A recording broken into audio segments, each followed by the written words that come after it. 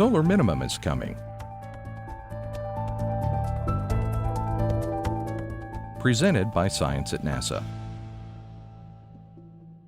High up in the clear, blue noontime sky, the sun appears to be much the same day in, day out, year after year.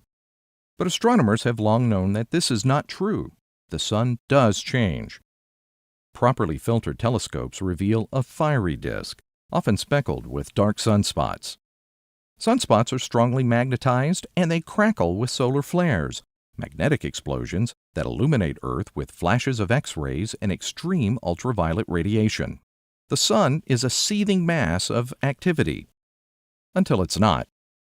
Every 11 years or so, sunspots fade away, bringing a period of relative calm. This is called solar minimum, says Dean Pesnell of NASA's Goddard Space Flight Center in Greenbelt, Maryland, and it's a regular part of the sunspot cycle.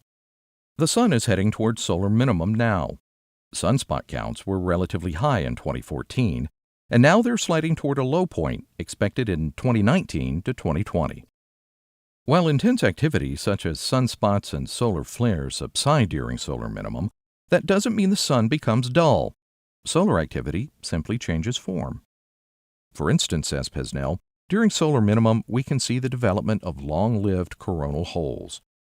Coronal holes are vast regions in the sun's atmosphere where the sun's magnetic field opens up and allows streams of solar particles to escape the sun as the fast solar wind. Pesnell says, we see these holes throughout the solar cycle, but during solar minimum, they can last for a long time, 6 months or more. Streams of solar wind flowing from coronal holes can cause space weather effects near Earth when they hit Earth's magnetic field. These effects can include temporary disturbances of the Earth's magnetosphere, called geomagnetic storms, auroras, and disruptions to communications and navigation systems. During solar minimum, the effects of Earth's upper atmosphere on satellites in low Earth orbit changes too.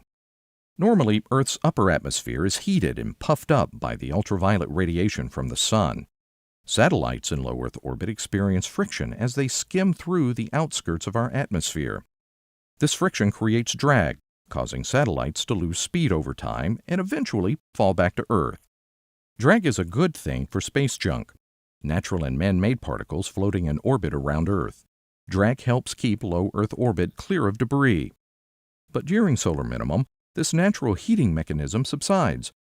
Earth's upper atmosphere cools and to some degree can collapse. Without a normal amount of drag, space junk tends to hang around.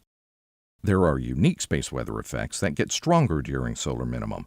For example, the number of galactic cosmic rays that reach Earth's upper atmosphere increases during solar minimum.